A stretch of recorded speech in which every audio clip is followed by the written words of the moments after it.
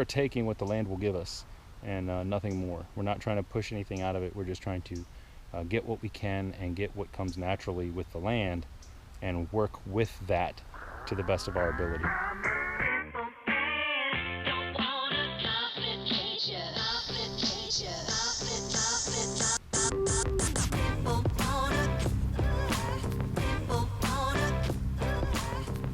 So there are 31 chickens in here and 4 ducks. You add this to the 16 keats and the 5 chickens, 5 chicks that are in the tractor in the yard, plus the 8 hens that are over there. It takes us, I think, to 64 birds.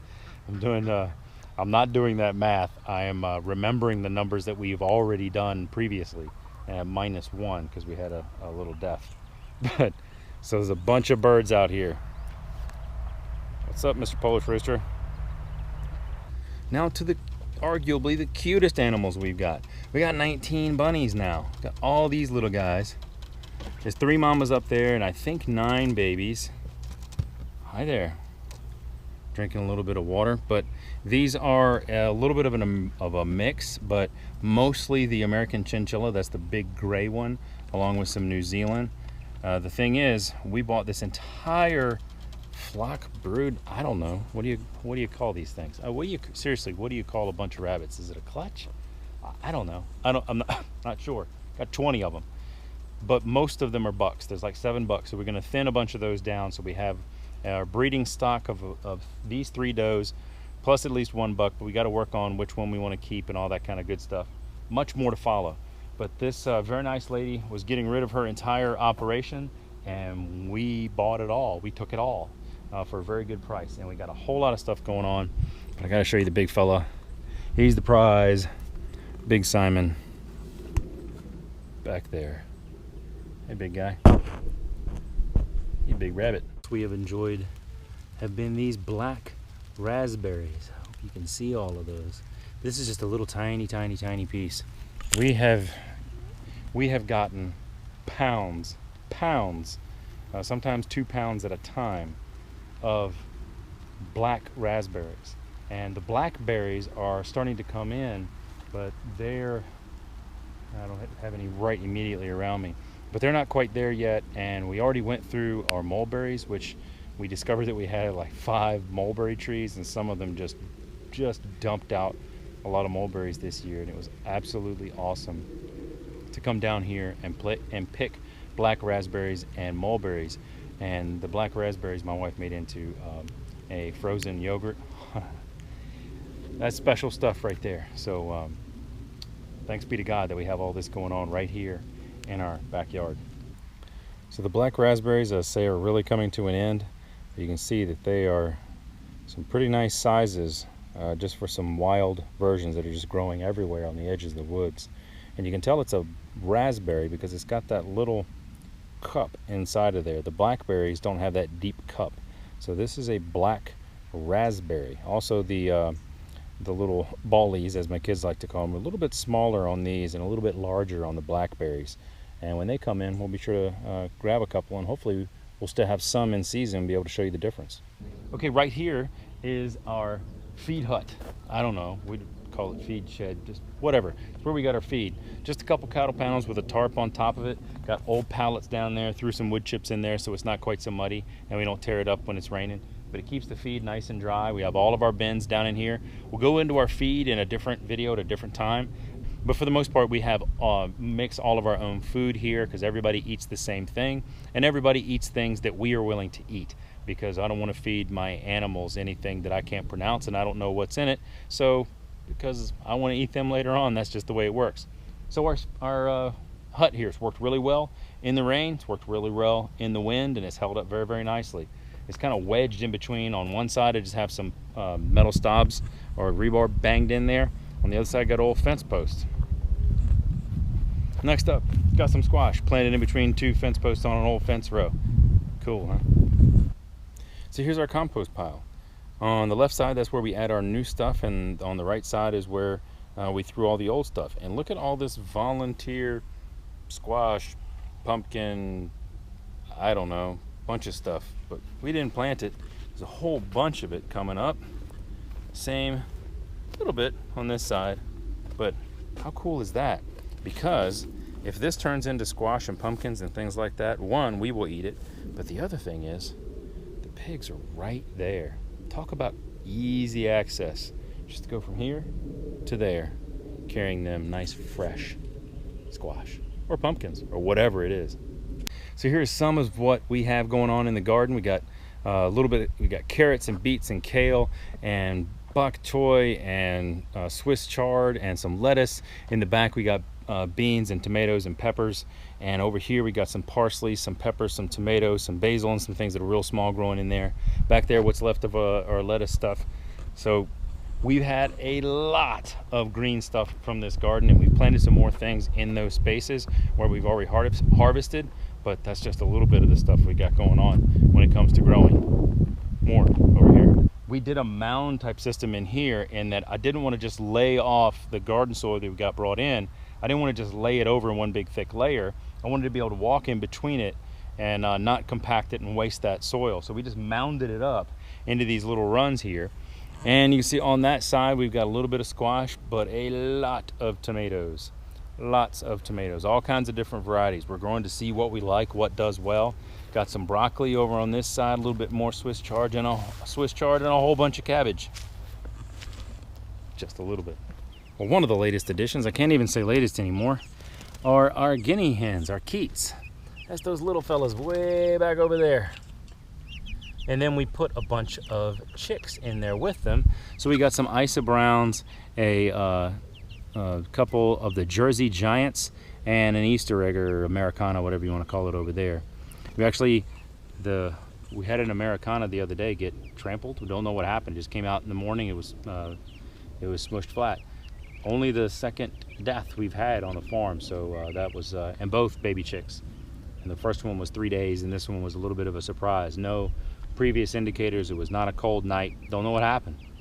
But there are 16 guinea hens in there and now 5 chickens, and we're hoping that they all live as a flock and help us with our tick population around here. They're going to be completely free range and go wherever they want, and they will have a shelter.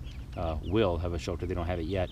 We'll build a nice place for them so that they can live very peacefully, happily, and comfortably year-round and help us with the ticks. We got 8 laying hens. Success rate not real good right now. We got a variety of hens in here. Same type of deal kind of as the rabbits, only these were free hens. The guy was giving them away because they didn't want to do them anymore, and they were doing a bunch of different other things. So we was like, you know what, 8 chickens, we'll take them. And then we did buy a little bit of his stuff, you know, some buckets and some waterers and some feeders and the rest of his feed and stuff like that. So all said and done, we got $30 wrapped up in these birds, and these 8 birds, but their egg production is almost non-existent right now. We're hoping it was just because of the stress of the move and maybe a different environment. They were used to a closed run as opposed to, you know, they kind of sleep in there at night with the 2 nesting boxes in the back of the tractor. And then we just set this little area up for them as a temporary scratching ground till we figure out some other kind of place or home for them. But they're just not laying eggs. I mean, you know, 8 hens in there, and we're getting one. I mean, the most we got 4, I think, one day. So, I mean, we're barely getting as many eggs as there are birds in there in a week. So, I don't know that we've even gotten a dozen in a week out of all of them. So, not real good on the egg laying. So we're trying to figure that out, what their situation is. They've got water, they've got food. It was the same water and the same food they had before. So, I don't know, but that's something we're trying to figure out. So right now I'm coming to you from paddock number 3. We run these little paddocks down along this road here. So we have this existing perimeter fence pretty much everywhere, but it's not quite in as good a shape everywhere else. But this is one paddock that we run from here down to the edge of the woods. And then on the other side, we have about an equal paddock, and that's where the chickens are right now. So what we do is we bring the sheep into this area for 4 days or so, preferably 4. And then we bring the chickens in right behind them. But their enclosure, hi birds, their enclosure doesn't cover an entire paddock. So it takes 2 rotations for the chickens to stay in there. I know I'm losing a lot of you. So basically what it means is it takes the sheep 4 days to go through one paddock. It takes the chickens 4 days to go through one paddock. We move the sheep once every 4 days. We move the chickens once every 2 days. So essentially they're following each other through the various paddocks as we go. But the chickens are not going down that hill or up the other side. No, not, not happening. It's hard enough to pull this shaw up this gentle slope, much less down in that valley.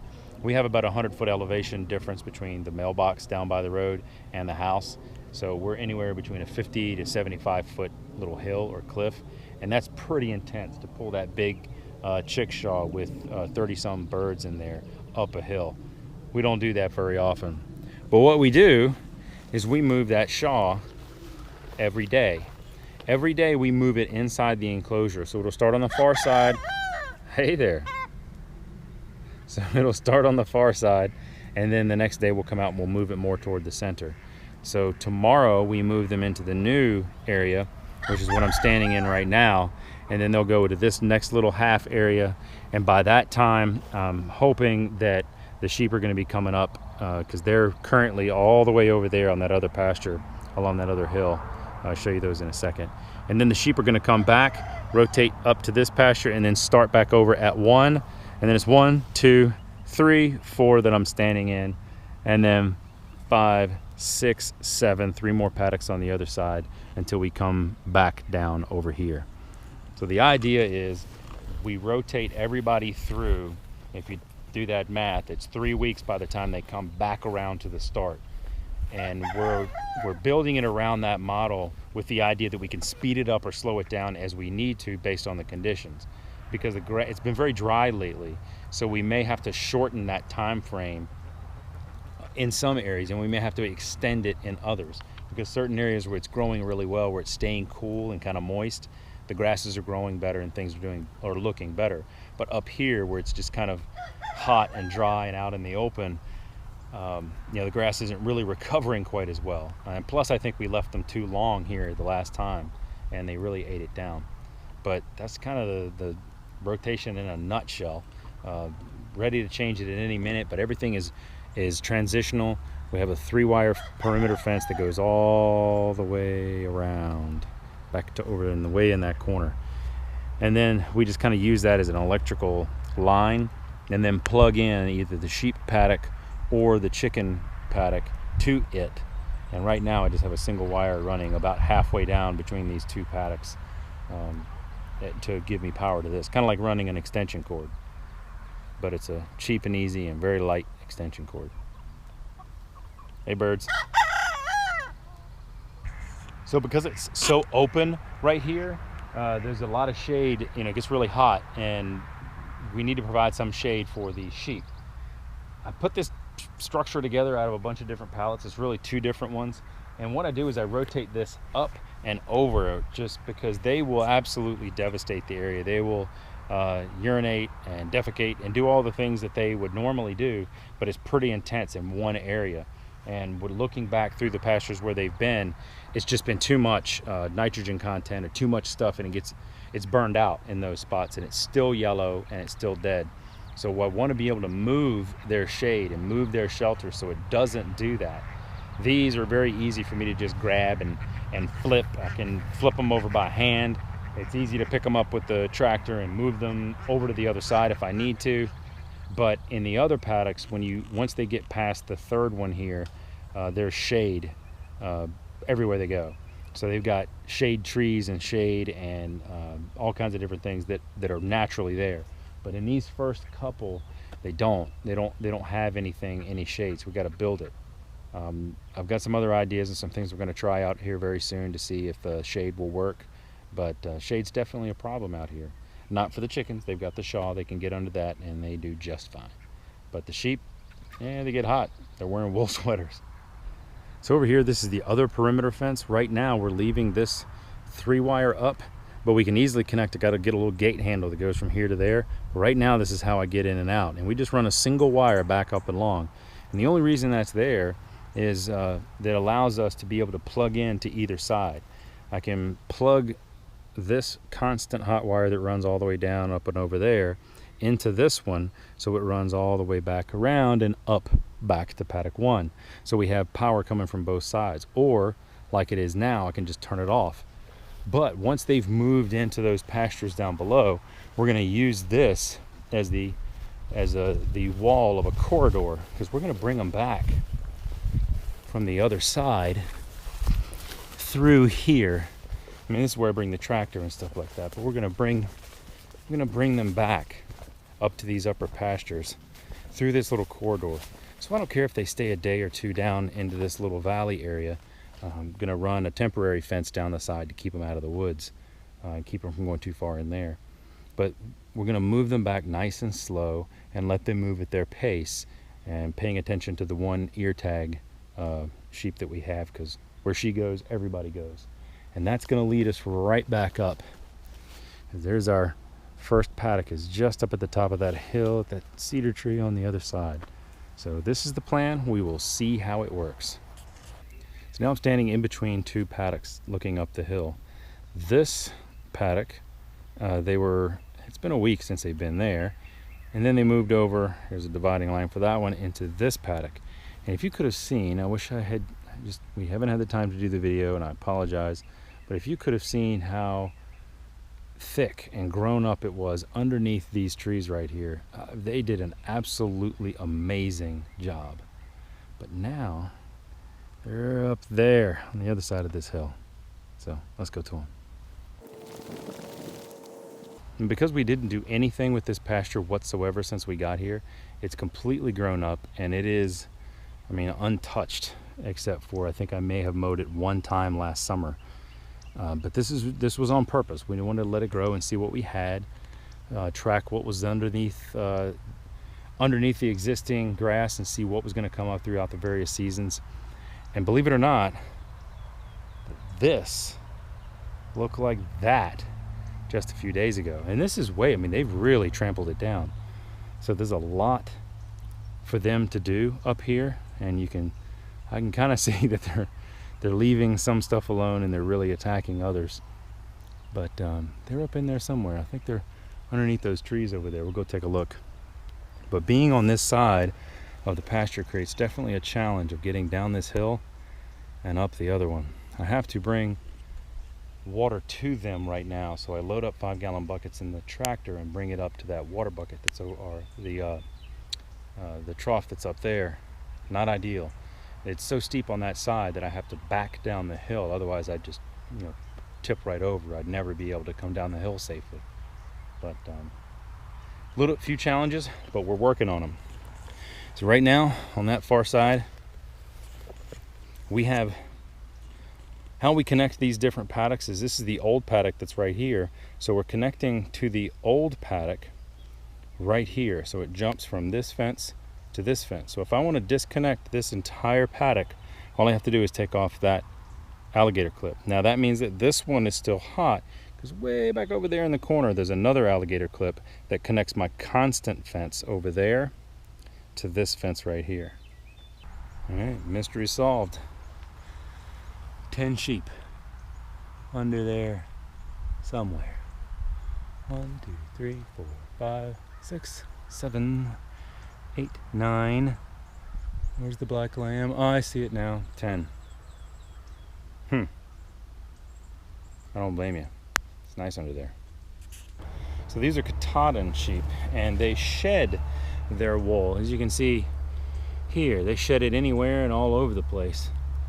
And some of them have shed, they're not out right now, but some of them shed very quickly, very early, and very easily, very completely. Some of them are just now starting to shed, but it's really coming off in clumps and chunks.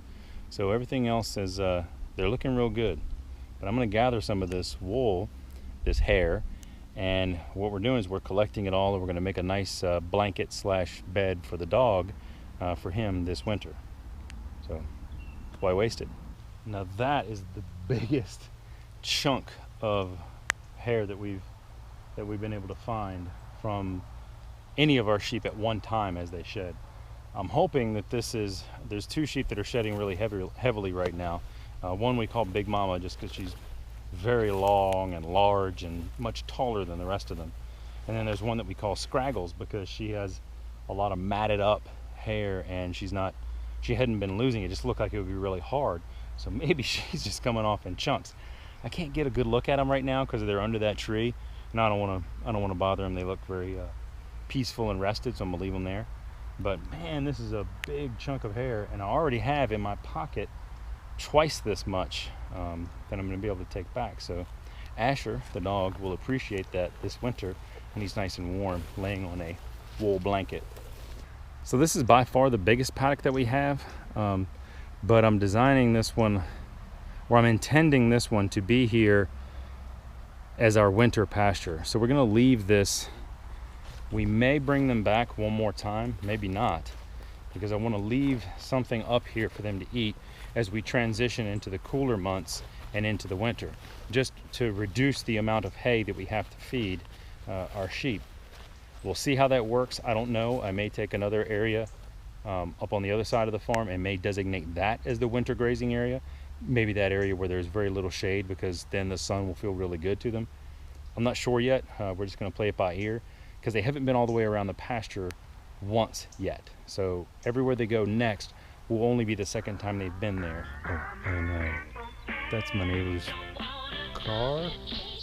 It showed up in their backyard field one day, and every once in a while they come out, start it up, and move it a few feet. I don't know. The car in neighbor's yard.